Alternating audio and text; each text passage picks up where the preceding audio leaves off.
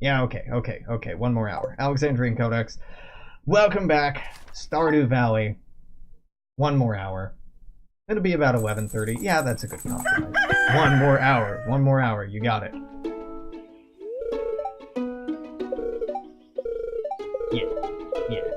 Yeah. Mushrooms. If the fruit I can just grow on my own, and the mushrooms I have to go spelunking for. Mushrooms are much more of a pain in the ass to get a hold of.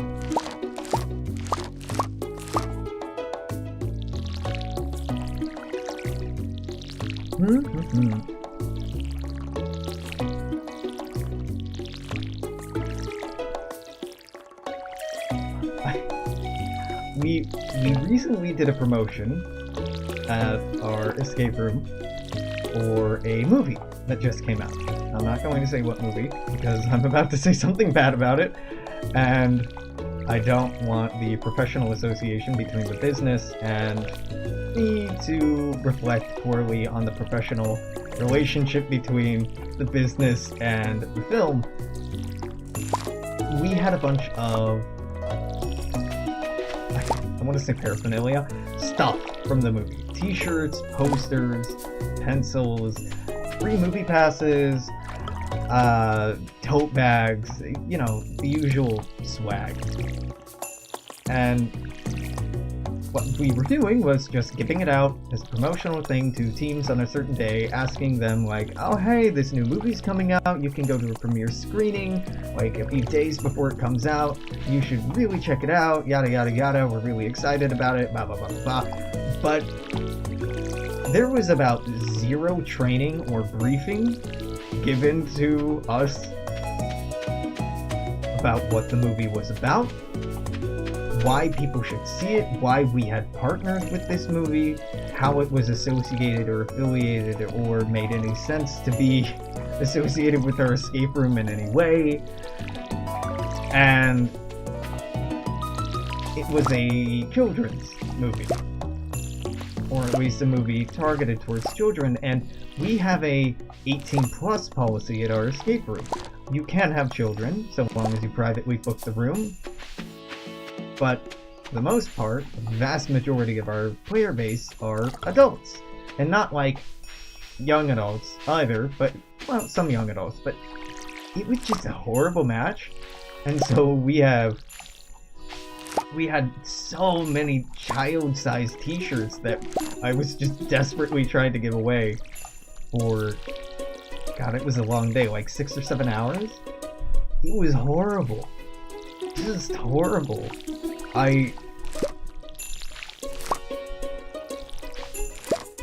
Yeah. Trying to convince people to take free stuff that you don't even want is not a fun experience. Like, hey, if you're interested, we're doing a partnership with...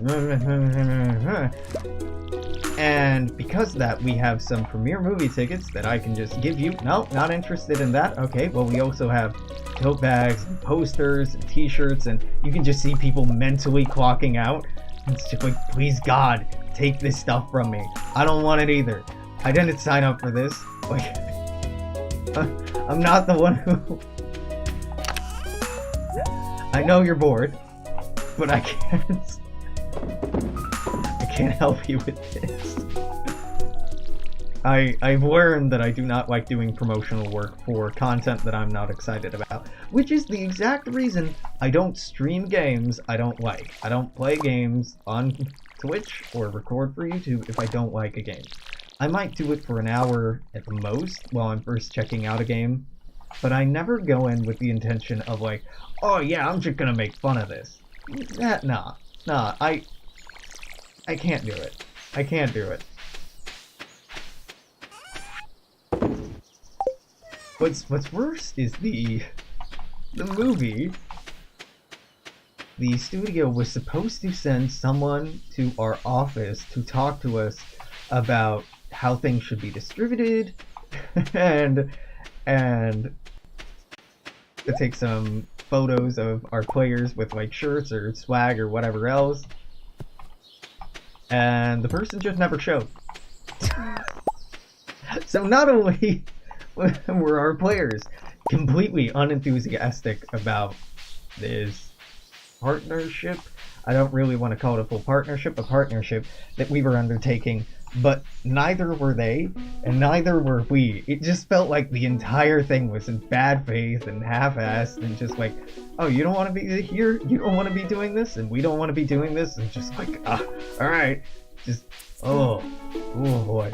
It was not a fun time. I was dead. I was a zombie after that.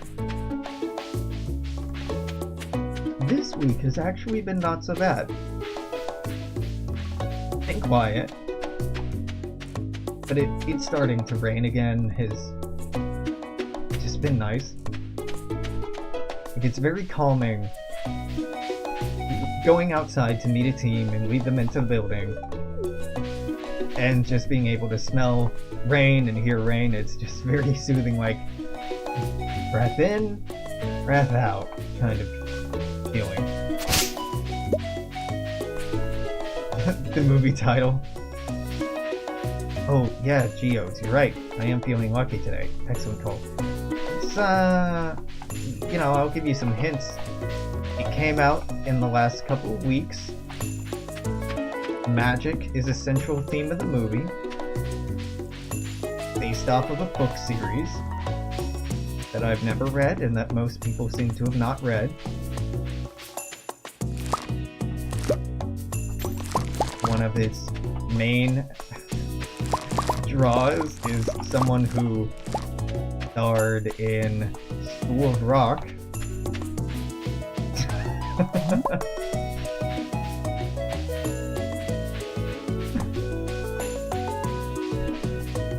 Now, anyone who's curious enough to actually do some quick googling to try to reverse engineer who the hell I'm talking about, have probably figured it out already. But I'm still going to talk about it in a circuitous way, just because it seems.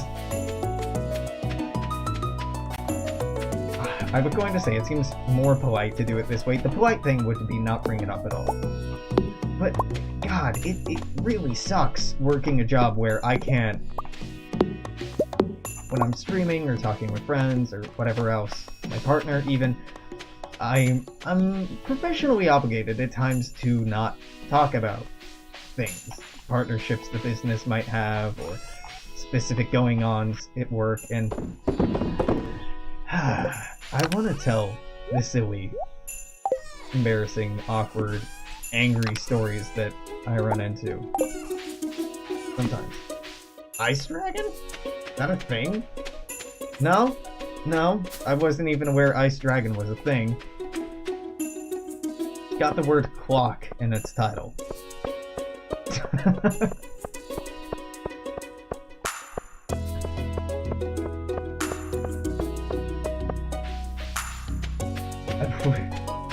Our staff were also offered tickets to the movie premiere, and I think two of the staff ended up going, and that's it.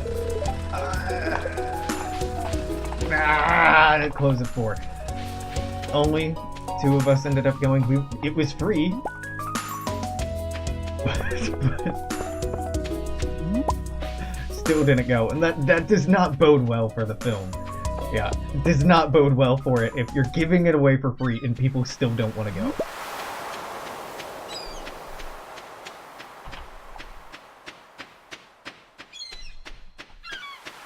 Yeah.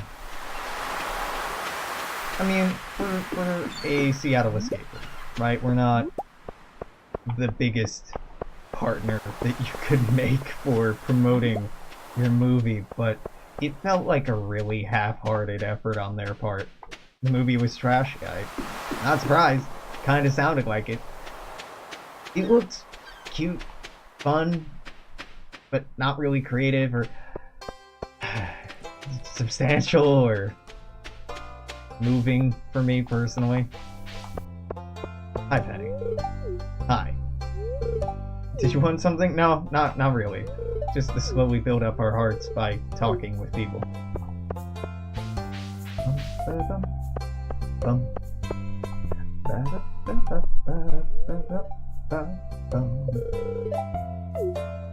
Hey, I got some over-the-counter drugs if you want it.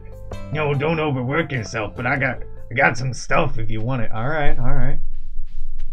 Budget $42 million. Really, that's it? That's not much of a budget in today's market.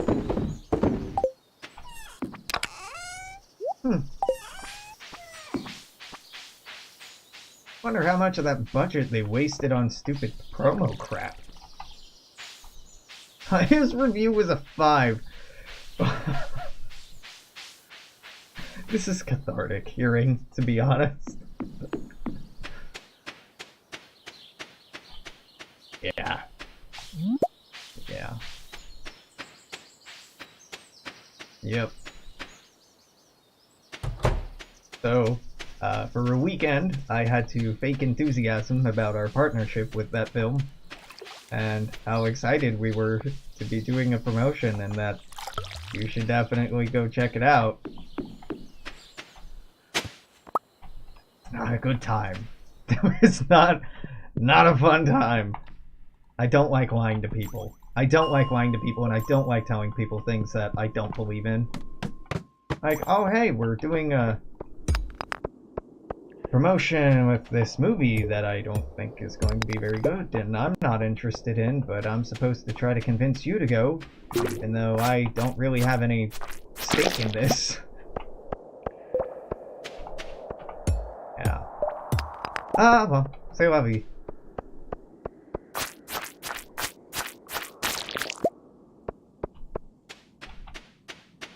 No one got offended. No one got angry. No one complained about anything, so we're pretty good.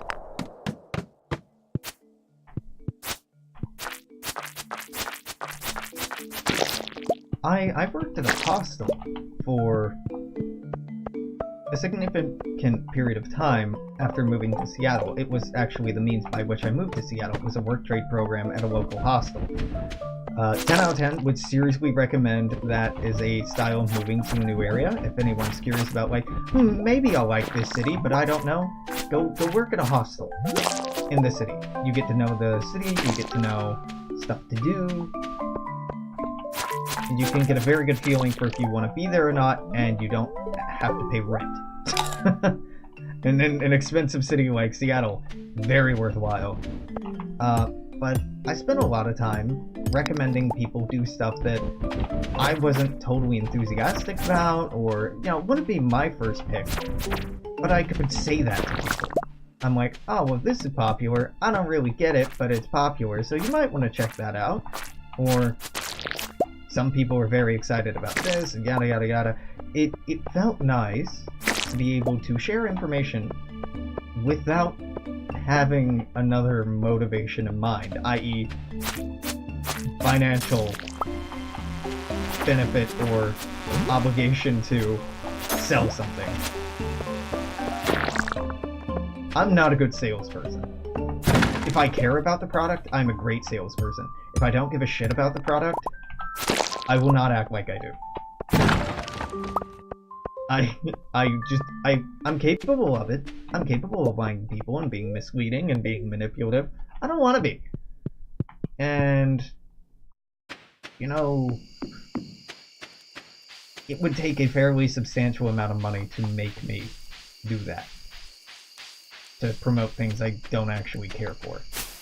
I'm not saying I can't be bought. I can absolutely be bought. Everyone can be bought. I have no illusions about that. But it's gotta be a bit more than $15 an hour to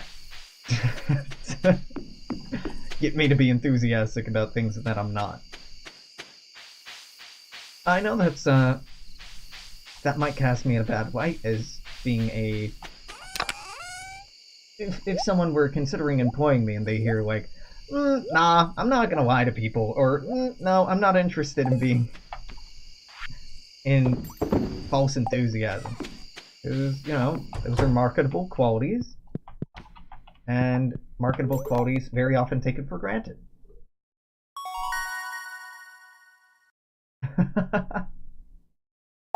I don't know if that's a compliment. You're a very cheap person to buy. Yeah. Well, you know, my labor isn't that hard to buy, but my enthusiasm is hard to buy. If that makes sense.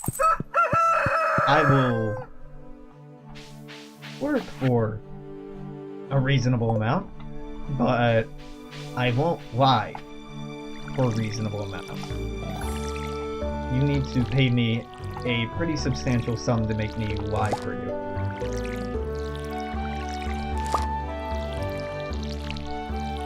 And again, I'm not claiming I'm above lying, because no one is. I'm not a saint. I do not wish to represent myself as being an unassailable bastion of moral integrity, because I'm not. Something that really bothers me is how many YouTubers or video game reviewers in published media or virtual media try to make themselves out to be moral or ethical paragons. Like, I have strong journalistic integrity. Like, yeah, I'm sure you do. I'm sure most people intend to have good journalistic integrity, but like, it's not really all that surprising when so-and-so got bribed to promote this, or so-and-so got paid to do this and didn't report it. Like, yeah, okay, it happens. Do I think it's a big deal? No. I think it's bad, and people should generally report when they're financially compensated to promote something, but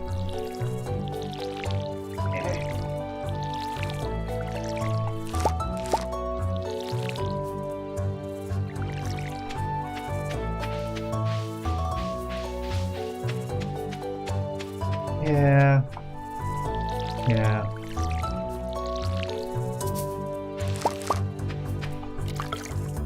I wonder if there are people growing up right now who look at games media, games journalism, and see it in the same way that I did when I was growing up. When I was growing up, games journalists were in one of like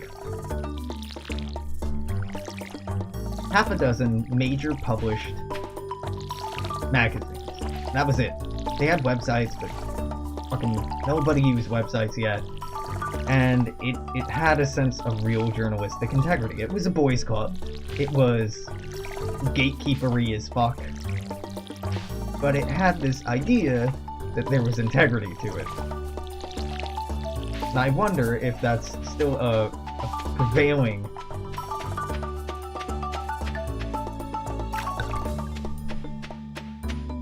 left in the line. Are you ready for your yogurt, girls? That's terrible. It's great, but that's terrible. Do people still have that illusion that that like Game Informer, not the fire specific shots, Game Informer was something like GamePro or Game Informer or Nintendo Power. I don't even know which one of these magazines, if any, are still around or companies are still around. You can tell how connected I am with games journalist industry. Do you look at them as being trustworthy or good news sources or uncorrupt or uncorruptible or particularly good for any reason? I mean, I appreciate I'm older and I'm jaded, so it's a hypothetical. It's a hypothetical. I know. I'm asking imaginary young people. Do you buy into this shit? I sure did. But it was a different world when I was young. Not really that different of a world. Well, you know, when I was growing up, when I was your age, back when I was a teenager, cell phones were newfangled things. It all looked like stupid we had flip phones that were all trash. And we were happy. No, we weren't happy. We hated them and we wanted better ones. And then we got them and we still wanted better ones. Yeah. When I was a kid, I had an N64. Hell yeah. And we were sorta happy. I had a Game Boy. I think, was my first console. Then an N64, then a Game Boy Color, in that order. I had a GameCube. I had an Xbox. I had a 360. And I think that's it. That's all the consoles I've had. Oh, I got a Game Boy Advance at one point. But that's it. Pretty early on, I started playing a lot of PC games. My dad worked as a photographer, and photography studios, you may not be aware, are maybe not the most professional environments. You know, you have a lot of younger people, artists, for the most part, in an environment where they're around very good computers they didn't have to buy. Some of these young artists might say be gamers, and they may put new, maybe pirated games on all of these work computers to play together. And that was my introduction to PC gaming in full. Star Wars Galaxies was my jam for such a long time. Man, I've never even played E.T. on the Atari. That would be a horrible first game. I mean, maybe you wouldn't have the critical standards to recognize it was trash if it were your first game. I don't know what my first one was. Might have been Pac-Man. My mom really liked Pac-Man. I played a lot of Pac-Man at my grandparents'. When I was a kid, I grew up in the early 90s. Just about every fucking cereal had really terrible side-scroller platformer games released featuring their corporate icon, whether it be Captain Crunch or whoever the fuck, so I played a ton of those games. Not many of them very good, but I played a lot of them. Command & Conquer I played really early on. Pokemon was pretty early on. Pokemon, that's up there. I don't know if that was my original... That wasn't my first video game. My dad played King's Quest Mask of Eternity. And I remember just being spooked the hell out by that game. I still never played it. I've tried to get a ROM of it working, but I've never been able to get it running. I'd love to stream that. Fucking no one would watch that. That is an old ass game, but I'd love to play that. I remember Honeycombs had some mascot or another. And the Honeycomb cereal released a lot of crappy video games. What's really fucked up about this time period in the early 90s, in that burgeoning period of just crap video games being spread all over the place, there are some I remember quite fondly, but there's no way to figure out what the fuck they were. Because the literature back then, not the most complete thing. And it's not like my 6-year-old or 8-year-old brain had a great vocabulary for trying to remember what a game was, or... Yeah. Billy the Bee. Yeah, I think I remember. Yeah. Oh...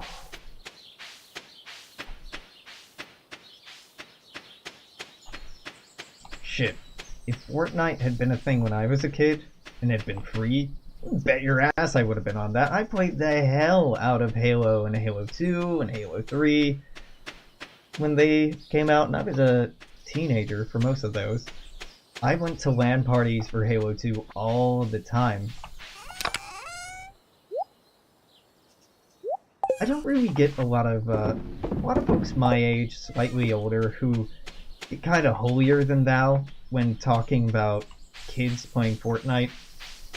Like, oh, it's endemic. They're all playing Fortnite all the time. It's too much. They shouldn't be doing that. Like, I have There are folks I went to high school with, who are now teachers, who hate how much the kids play Fortnite. Like, don't you remember how shitty we were with Pokemon and stuff like that when we were kids? Like, let them have fun.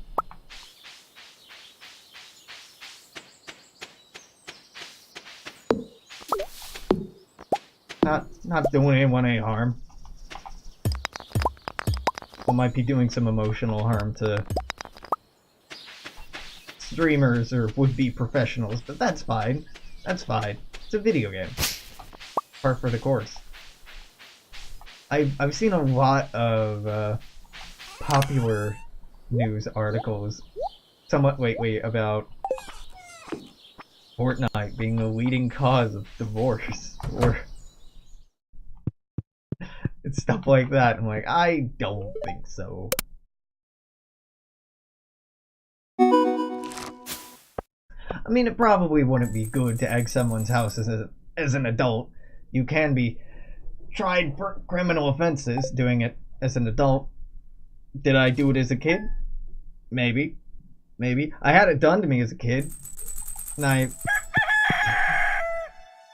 I found the kid the next day, and I pinned him to the ground and proceeded to pummel his face. So, I wouldn't recommend egging people's houses because I've seen both sides of how that goes. Not good. Not good. So what happens if I already did it?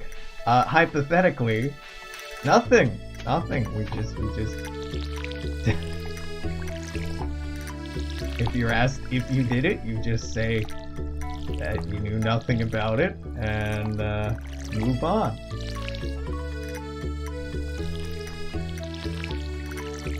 That's gonna be pretty rank by the time they get back to it.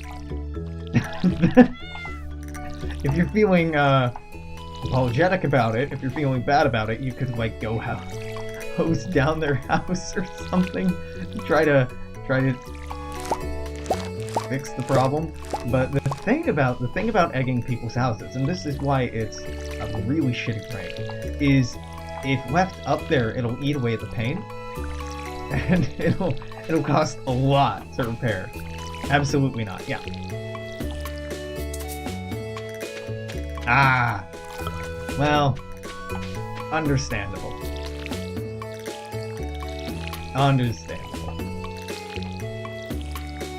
I've threatened worse against people who I have felt were taking advantage of my sister or hurting my sister.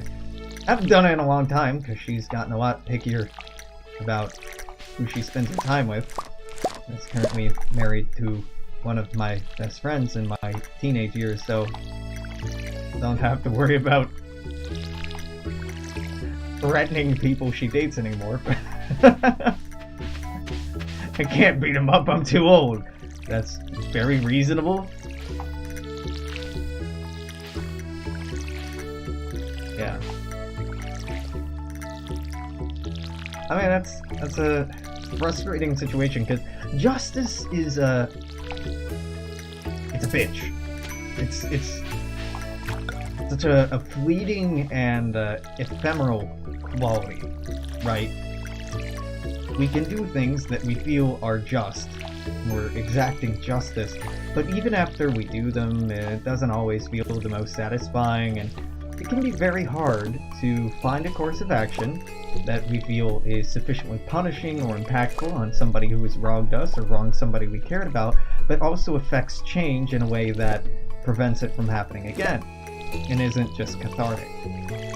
Sometimes, though, like when you egg someone's house, ain't about making sure it doesn't happen again. It's just about the catharsis.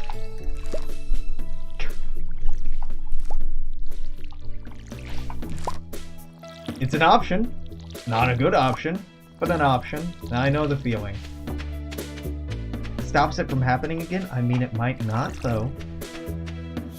Certainly makes it a lot more difficult, but you never know.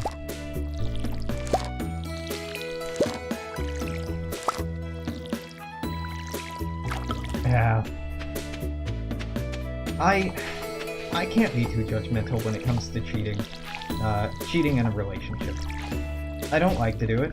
I haven't done it in a long time. I have not done it in my current relationship. I suppose if I had, I wouldn't say that I had, but, you know, you'll just have to take my word for it. I have, in the past, had a strong habit of cheating on people and being cheated on.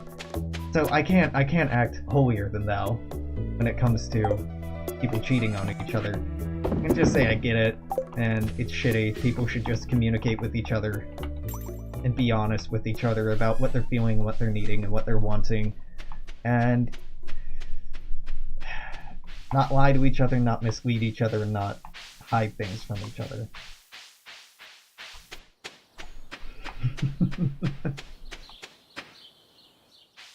Oh god, what is happening? What? Oh no, it's the flower dance. I don't want to be here. No. Fuck.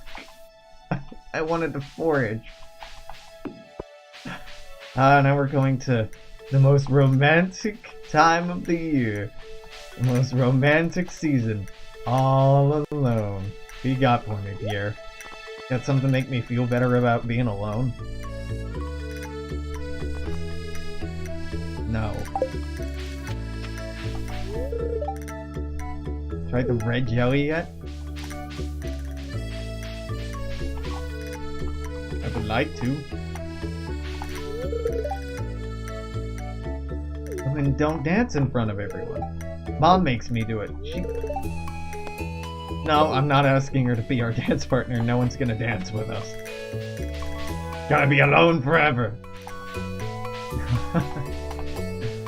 Let's just get this over with. Lewis, I didn't want to be here. Yes, let's start the dance.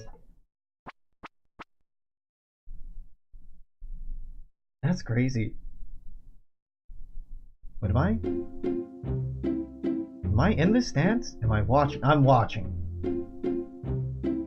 Dum dum dum, I wanna skip this.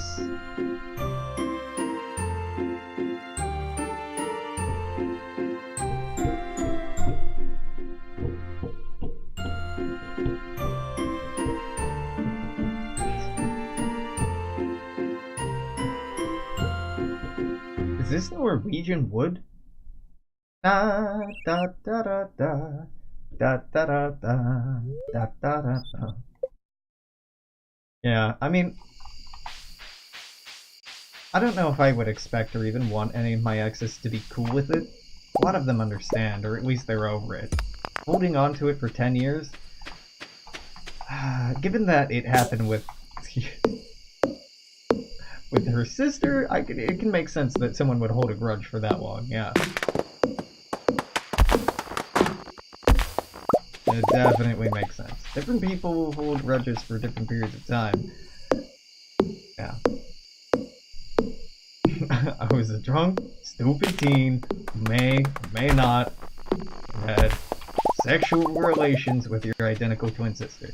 I mean, I feel like you would be very hard-pressed to find a teenager, a drunk teenager, who would not be tempted to do something like that. Because it's naughty, right? It's something you shouldn't do. It's oh my god, what is the word for this?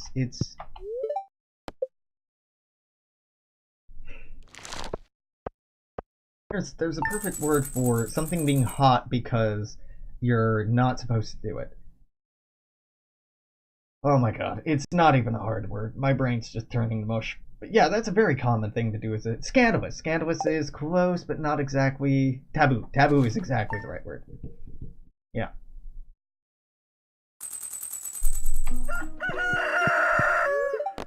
I feel like it's understandable. Forgivable? Yeah, given time, I mean. You betrayed someone's trust. That sucks. Yep, that's why you're not in a relationship anymore. Or maybe even not friends anymore, but, like, it's not like they have to trust you to not do it again, because it won't happen again, because it can't happen again. I don't know. It is not up to me to tell people when they should or should not forgive something. Unless it's me. Then I I get to say when I should forgive people or not forgive them. I think, given my past relationships and past experience, within 2 years, I tend to forgive someone for cheating on me. Now, 2 years and I'm not in a relationship with them. If I were still in a relationship with them, I don't know, I would probably be bitter for a lot longer, and maybe not be able to get over it for 5 to 10 years, if I'm being honest.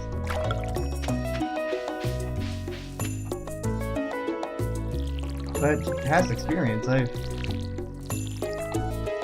tend to be a pretty forgiving person after I move on. Before I move on, I can be very bitter and vindictive and spiteful and angry and hurt just like anyone else.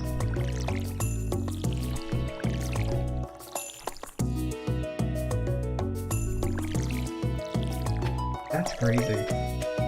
That's...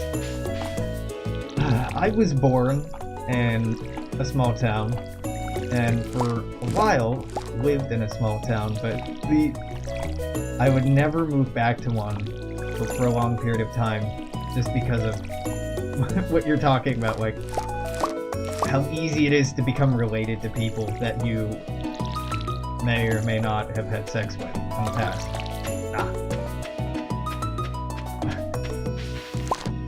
I mean, Iceland has a whole dating algorithm or service dedicated to preventing that from happening because people are so closely related there.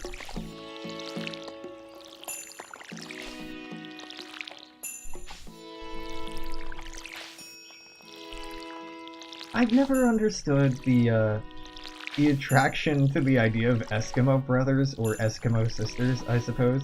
Like,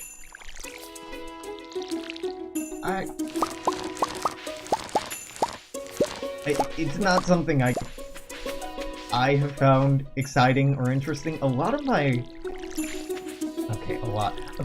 few of my friends in high school were very excited about the idea, like, oh, Alex, you should hook up with so-and-so because then you and I would be Eskimo brothers. And like, why is this shouldn't be any part of the calculation or decision-making process of if I want to have sex with someone as if someone else has.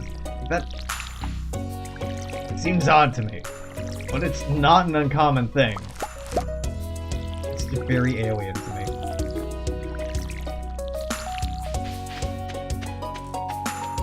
Like, it's noteworthy, it's a conversation topic. Like, if you just happen to know that you and somebody else slept with the same person, and if it's all amicable all around, it's kind of a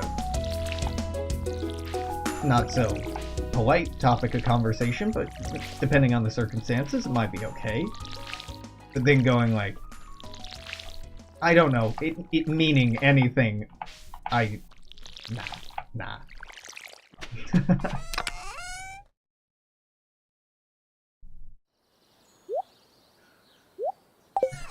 Yeah, I could see doing that. I could see doing that.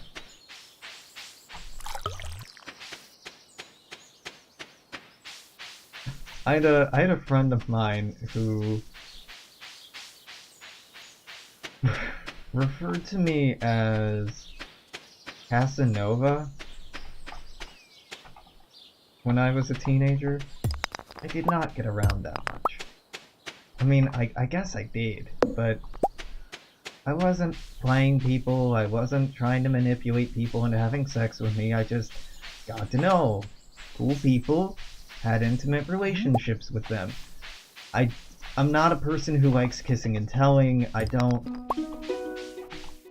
never really understood the habit of my friends, and probably folks other than my friends, of talking about the sex they've had with someone in graphic detail. Nah, not for me. Not at all for me. Like, I've always found it incredibly uncomfortable when friends are like, yeah, so then she got on top, and I'm like, I don't care. I don't need to know this. Like, what? I don't want to feel like I was there if I wasn't there. And if I wasn't there, I didn't want to be there. Yeah.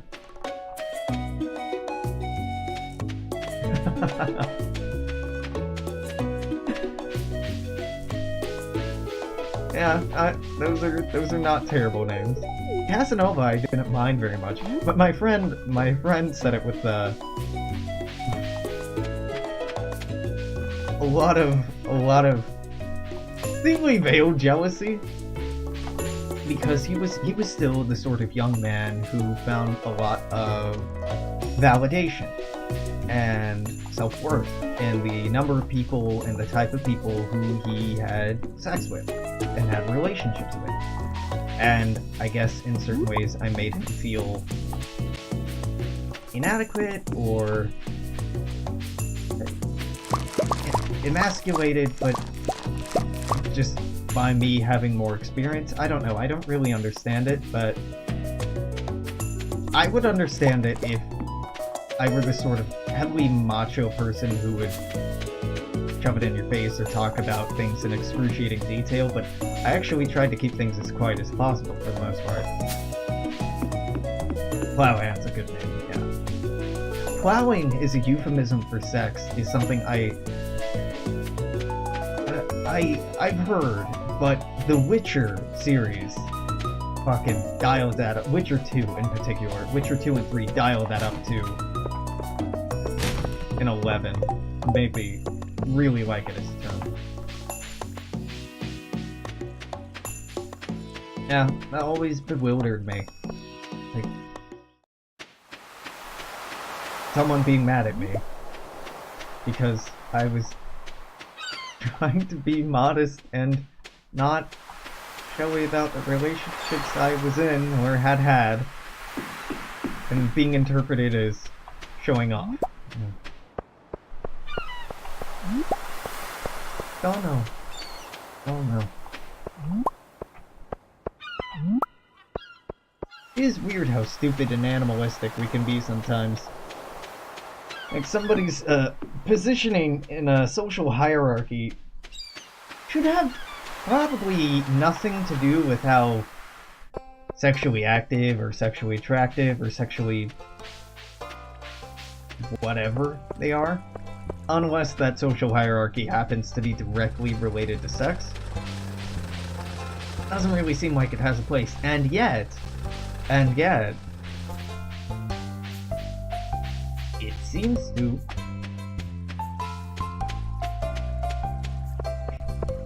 Yeah, the don't get people pregnant rule is a good rule, I feel like. Pregnancy is something that should happen on purpose. I was a mistake. I was not a plan for a child. Neither was my older sister. My older sister was a key motivator in my parents' relationship, and they were on.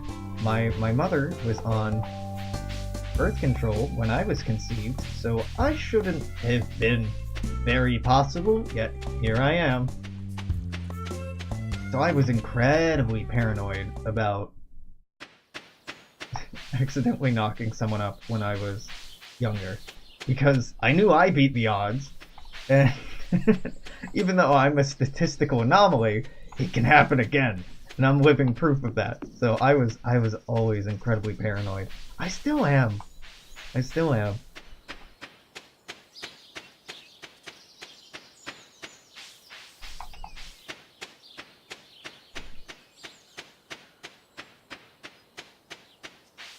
Yeah, it's kind of silly having that knowledge that I was not intentional. It doesn't make me feel bad.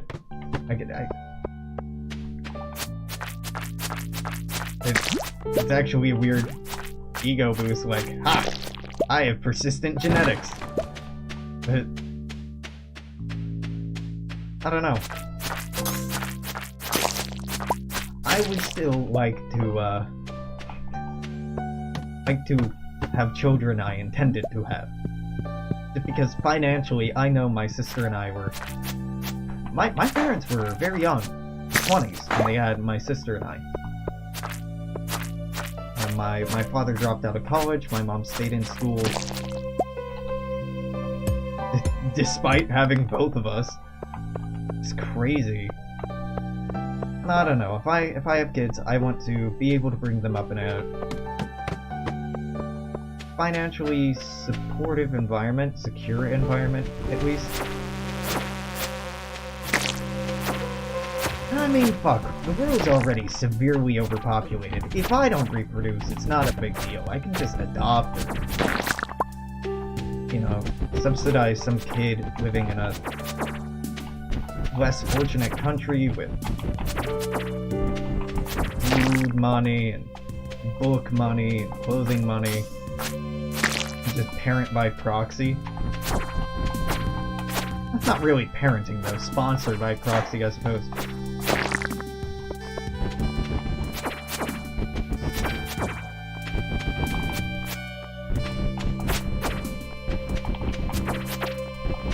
I can see the appeal of parenting, kind of, sort of. I, in theory, get the appeal. But it's not for me. So I'm still not sold on the whole overpopulation thing. Alright, I mean, you don't have to be. It's just something that feeds into my brain. Like, we're overpopulated in certain parts of the world, not the entire world. Certain parts of the world are severely underpopulated. Well, underpopulated is a weird thing to say, but not so overpopulated.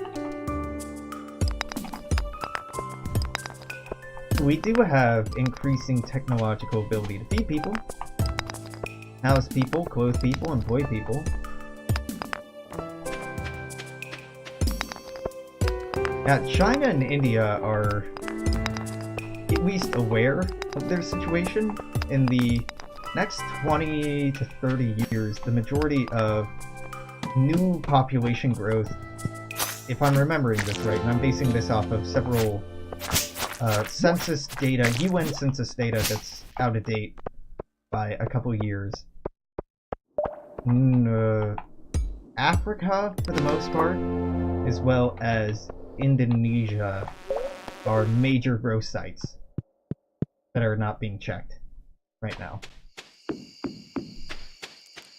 India's population growth rate is slowing much less rapidly than China's, because India is a much less rigid society in certain aspects than China.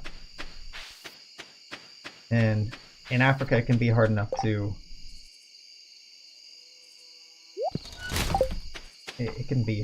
educate people in certain ways that family planning is just a whole extra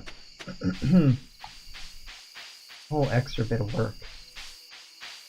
Yeah, it took a long time for family planning to be something you could talk about or promote in the United States without people getting mad at you, and still people get mad at the idea of family planning, so it's no surprise that other folks are resistant to the idea too. Not like,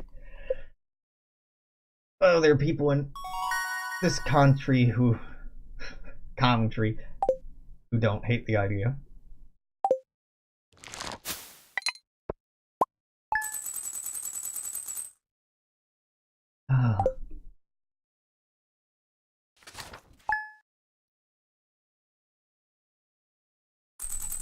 I was struck today.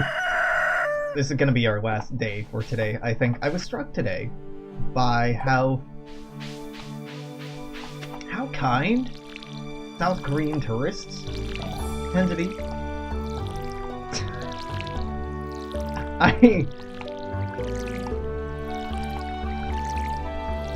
I dealt with a lot of tourists, mostly American, a lot of Chinese tourists, a lot of South Korean tourists, a lot of Japanese tourists, a few French tourists, a couple German tourists, but for the most part, you know, Americans. By comparison, South Korean folks are a lot easier to deal with, to instruct, to give directions, to talk to. Americans can just be a real pain in the ass sometimes. And particularly folks from my part of the country where I was born, Midwesterners can be really obnoxious. Really obnoxious.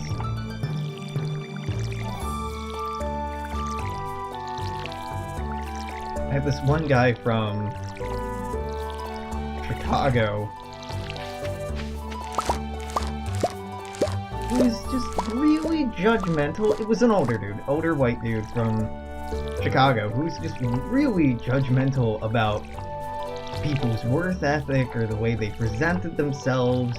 And he had this real blue collar vibe to him, like, yeah, I've worked every day in my life and you never had any handouts. That kind of bullshit attitude kind of guy.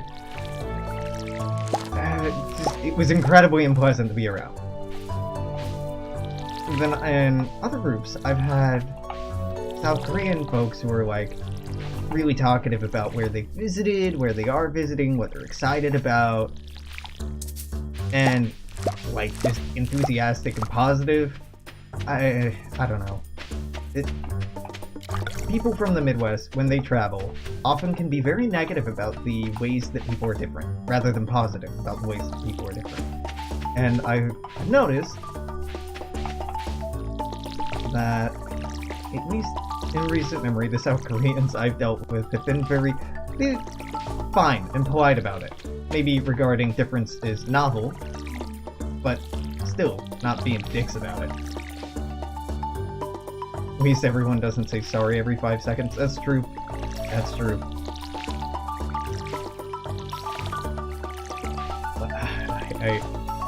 Yeah, Midwesterners can be a bit much.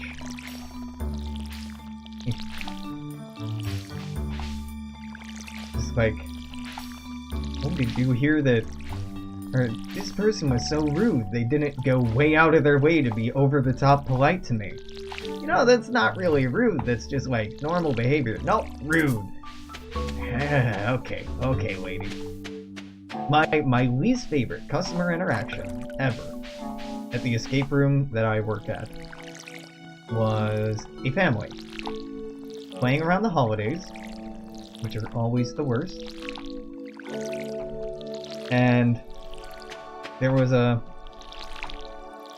daughter she was early college age. I don't know exactly how old. Younger than me. A mother in her late 40s, mid to late 40s. And 6 or 7 other family members. But for the point of the story, only the mother and the daughter matter. At the end of the game, and they did pretty terribly, they asked, you know, what our success rate is. And we tell people beforehand what our success rate is, so I repeated it back to them. At that time it was about 30%. And she's like, okay, so we're not the 30%, so what percentage are we? I'm like, well, I mean, I don't have a number on that. We don't really keep track of things that tightly. And in saying that, I was lying. I did know what percentage they were. They were maybe in the lower 50%. They were not amongst the best groups we've ever had. They were really quite a frustrating group. They were difficult to work with. They didn't respond to hints well. They fought each other. They didn't communicate well. It was clear their family had some pretty deep problems that were going unaddressed or intentionally ignored. And it seemed like there were some really unhealthy dynamics in their family.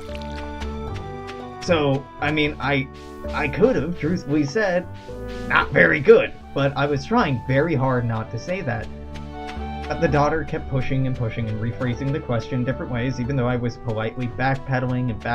And the mom put me on the fucking spot by saying, listen, just tell her she did well and that she's smart, otherwise we're all gonna have a bad day because of you. And to her, I said, well, I'm not going to lie to you, and then just ended it right there. I hated that lady so much. Listen, just lie to my daughter. Just tell her what she wants to hear. Just say the right thing to her and she'll be happy and we'll all have a good holiday. Fuck you, lady. You don't deserve a good holiday. Go to hell. Your kids deserve better than a goddamn yes man as a parent.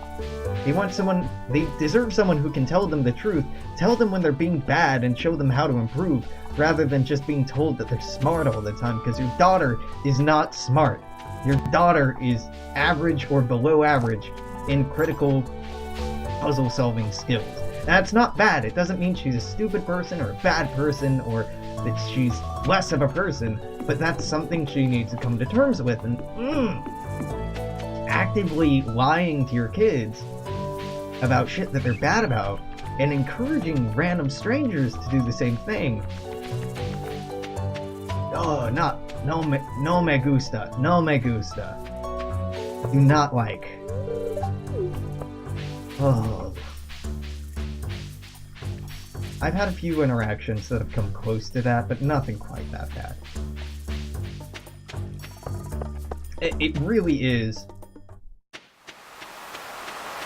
Middle-aged to upper middle-aged people are the fucking worst for customer service. When I worked at a hostel, I had a man in his mid to late 50s claim to have fallen in our shower and threatening to sue us or hold us liable for it, even though he couldn't because of the waiver for the legal agreement he signed when he booked with us, and he threatened to call the police if I didn't get the owners on site. And it was 3 in the fucking morning when he was demanding to talk to one of our owners.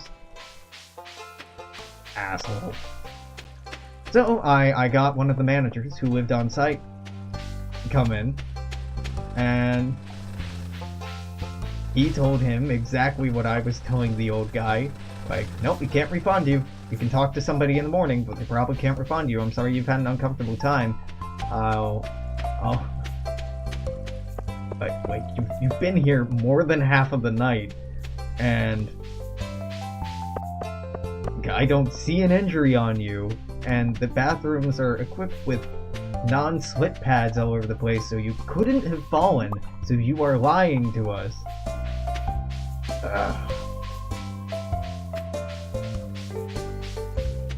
The worst drunks in every escape room are people who are over 40 years old. If you haven't been drunk in more than a decade, don't drink. Don't drink that much. Don't get drunk. Your body has changed. Your tolerance has gone down. The way your body processes alcohol has probably gotten less efficient, so you're probably going to get more inebriated more easily. On a fucking bi-weekly basis, I see groups of 40-year-olds and 50-year-olds giggling and acting like shithead 16-year-old drunks, talking over the people trying to give them instructions for the room, arguing with each other, acting out, and God, it's disgusting. It's just incredible how inconsiderate and unself-aware people can be.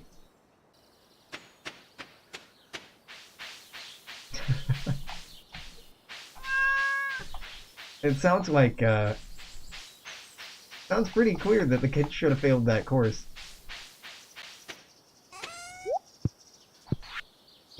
Helicopter parents like that, who will intervene on behalf of their adult children when their adult children fuck up, do not make sense to me. Now, it can be fucking up by, like, what you're talking about, them not taking an exam, but I've also read stories and heard stories about parents coming with their kids to, like, job interviews and shit like that. That's so fucking... I will occasionally voice the opinion that being a parent should require that you have a license, but I appreciate that getting a license is not universally acceptable, and that would benefit certain people more than others, and would ultimately maybe not be a great system. But man, I really wish there were some stronger standards, or maybe better resources for parents out there. Some people are just very not well equipped and not well supported. Like, I don't know. Like parents that just tell their kids that they're smart. They're scared of hurting their children, and they don't know how to tell the truth in a way that's not hurtful, but also helpful, then yeah, it's rough. Most people parent like their parents. I believe it. Kind of. I've heard that before, and it seems like a self-fulfilling prophecy in a way. I don't know if it would be true for me. In some aspects, I'm sure it would be. No, I feel like we all try to take the good in how we were parented and pass that along. Or the good we've seen in other people's parenting and pass that along. We're all just doing the best we can, and bad parenting isn't some unforgivable sin, but being a dick about it comes damn close. If your kid's not smart, don't blame me. Also, if you're booking an escape room and the escape room says that you need to be 18 years or older to attend the escape room, and you book a room full of fucking 12-year-olds, and then you have the gall to ask me if you can sneak out and go to the bar instead of sitting in the room with the kids, you can go directly to hell, ma'am. Do not pass go. Do not collect $200. Go fuck yourself. I am not getting paid to babysit for you. I just, stupid. Oh, yes, well, they're very advanced children. You see, they go to this private school. Man, they're 12 years old. They can't be that advanced. Oh, but they're quite mature for their age. Man, they came in screaming and laughing and giggling about boys and school and how they don't like certain things. Like, no. You're not fooling me. Not fooling me.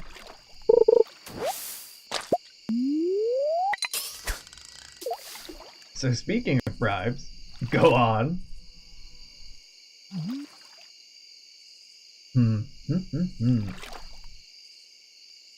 Yeah, this is gonna be the last night. Ooh, we're over an hour on this recording, so I'm not even shorting it. I was okay with cutting this short, but I'm not even doing that. Student tried to bribe you with baking or sex. I feel like we've talked about this before. Her accent was very thick. No, I swear. I thought she was offering to bake me something. Is probably not the best defense, so... Your refusal. This is a different one. Oh, yeah, okay. Yeah, that's right. I'm remembering now. I'll go sell that driftwood.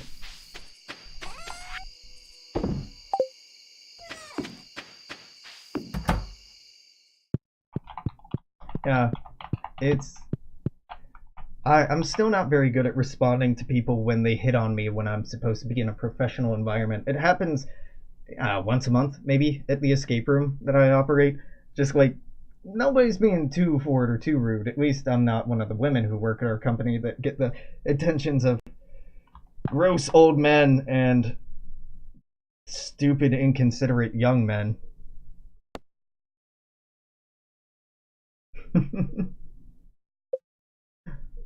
We're gonna sweep. Our hoe proficiency went up, which is really the most important thing in life. The hair and the chin. I mean, I don't mind.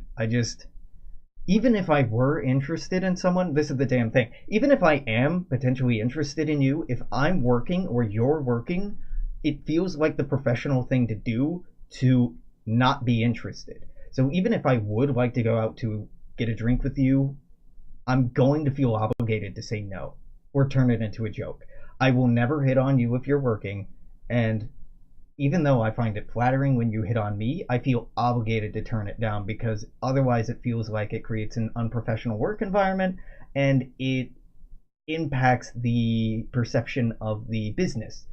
And I worry about that sort of thing because I'm a good employee. I hate capitalism and I am bitchy as hell about most of my work, but generally I'm a good employee. Anywho, that's gonna be it today. I know that's a horrible note to end on, but that's what I got. Go tip your waiter. Don't hit on her. If she wants you to have her number, she'll give it to you. Have a great night. I'll see you all tomorrow. Until then, comment, share, like, subscribe, Twitch, Twitter, YouTube, Alexandrian Codex, all the things. Till then, toodaloo, take care, bye-bye.